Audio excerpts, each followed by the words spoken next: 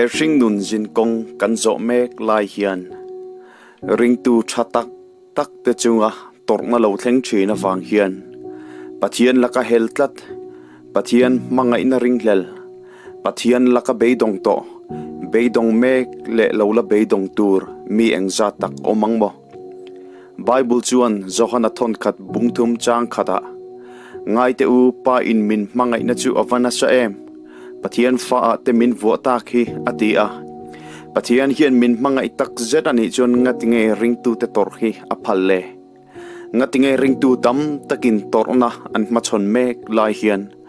mangai tu pathian hian engtin nge a en liam mai theizok hetiang hi emni ni don pathian mangai na chu kan du wang po ni mi lovin pathian in min siam ngota chu wang chon pathian hian thatta ka min en kol hi aba ani pathian hi ron tong chuak se ron in soifia tal selang chuan engkim hi kan that hiam vek mai tur tia torna awanga ring tu beidong aw o engza tak hriat tur omang mo khovel om tirata mishing masa siam an ni china ring tu te chunga torna thlen tir hi pathian tumlok sa reng emni Bible chuan mishing tele thil siam dangjong song chunga pathian ngai dan asoya Genesis bung khat chang som thum pakhat pathian in athil siam tin reng chu a ena ngai te tra ati em ati in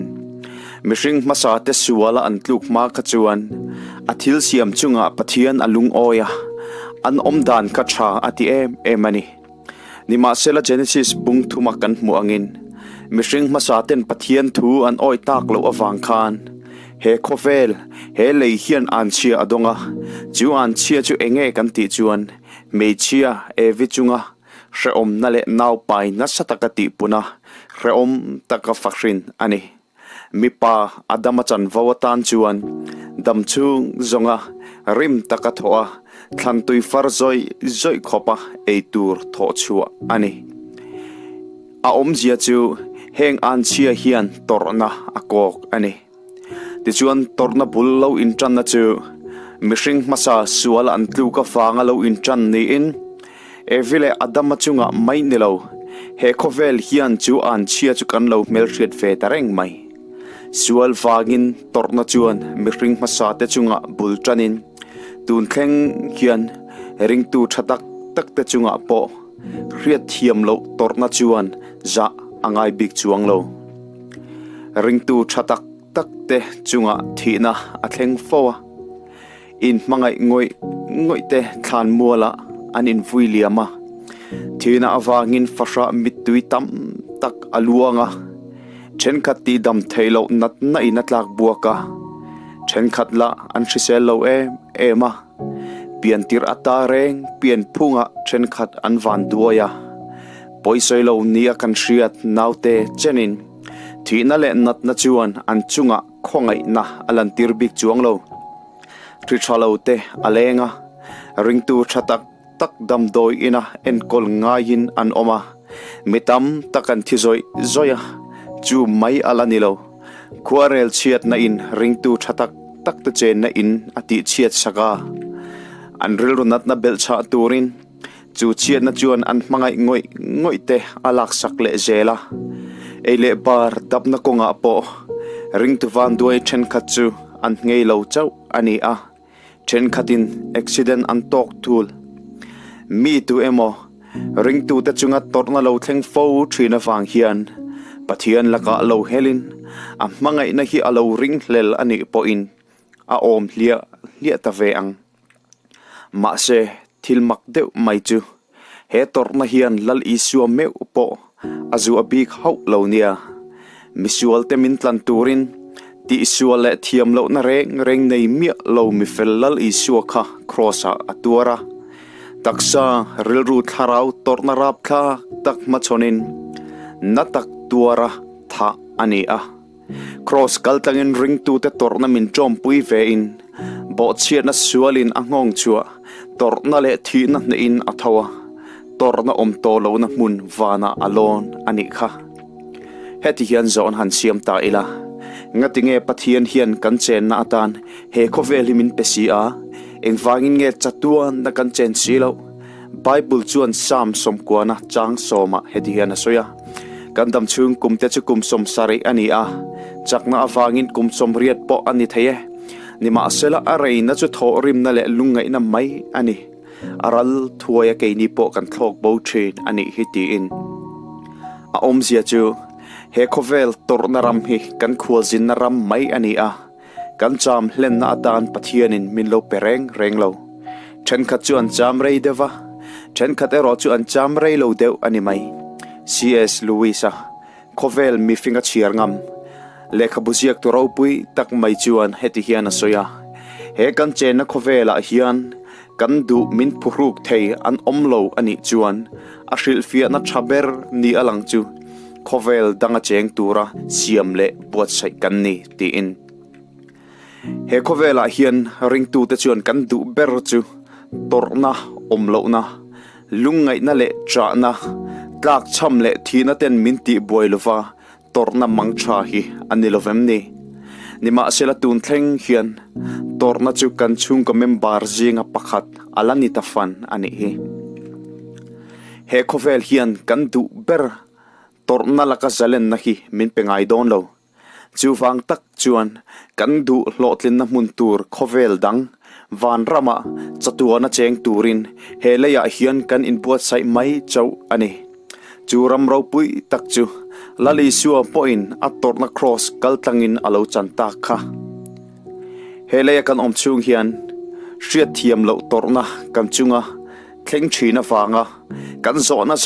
zong hi pathianin min chan vek atum lo then khat chu alo chang po anima na nima sela mishing te anga in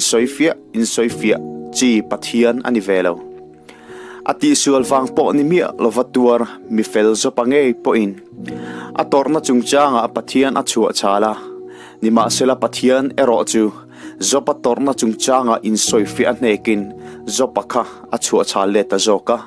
mi fel zopa me po pathian ma a chuan atlom ani kha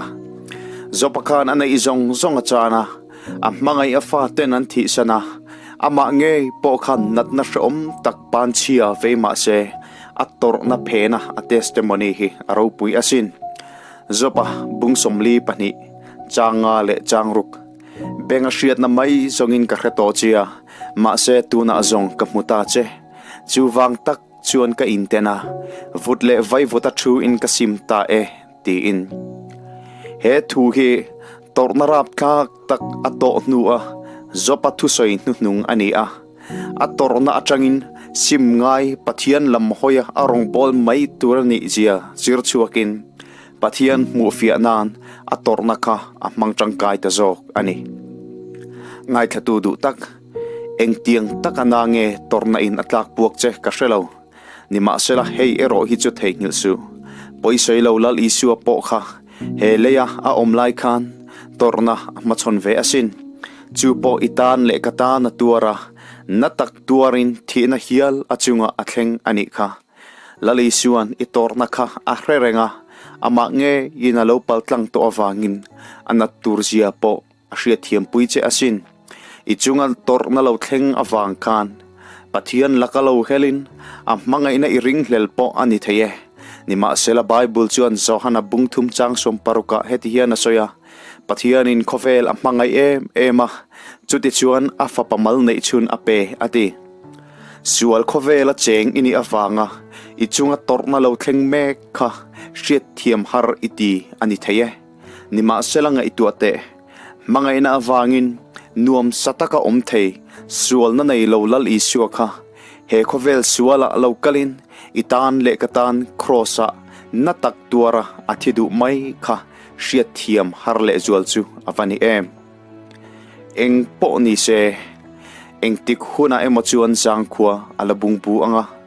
ring tu te kan chan a that zo khun alo la thlengang sual khovel hi chua sana van ram kan thlen ni alo la in her chuak anga chumi huna zet zong sual atlom to anga sualin angong chua torna zong abo to ang hriat thiam lo torna ichunga lo thleng awanga izo na zong te chu pathian ma a chuan alo fi avek to anga i torna awanga ilungai na te kha lom na alo chang to anga itor na awanga icha ruk fo na te aru ka imit tuit la thin te kha pathianin alo tru fai sak to che anga chatuanin pathian ang chunga thamuang takin kan chol to don ani chu mun vanram kan pan me lai hian irin na kha ti chak deula ichunga torna lo thleng me kha pathian nen kat ne thei ani ti in ne na hladau chamla chap chung point lal isu nung zui hi thut lola zopa ang khan itor na ka mangchang kain pathian mu fi nan le alam hoya arong bol mai tur ini zia zir chuakla he khovel hi iram hlun tur ani lova khovel dang torna om tolo na mun vanram chang tura in buat sai me initi thengil ngai su ang che itorna nasata ka wang khan lom na reng nei lo din muna dingin pathian chunga lom thu soi tur ita cham ani poin a om lo lem lo ve amai ro chu lali suan itan le katan torna om to lo na mun van ram min buat sai sak wang tal hi chuan pathian ne na lom thu soi thengil lo la chu van ram chu chang ngei turin pathian tan inun lo mangze lang che ngai thatu ten kan chunga torna lo thleng me hi pathian nen kat ne theni ti ria a pathiana beiseina nung kan lo nei zel theinan pathianin athu kan soite malsom ro se amen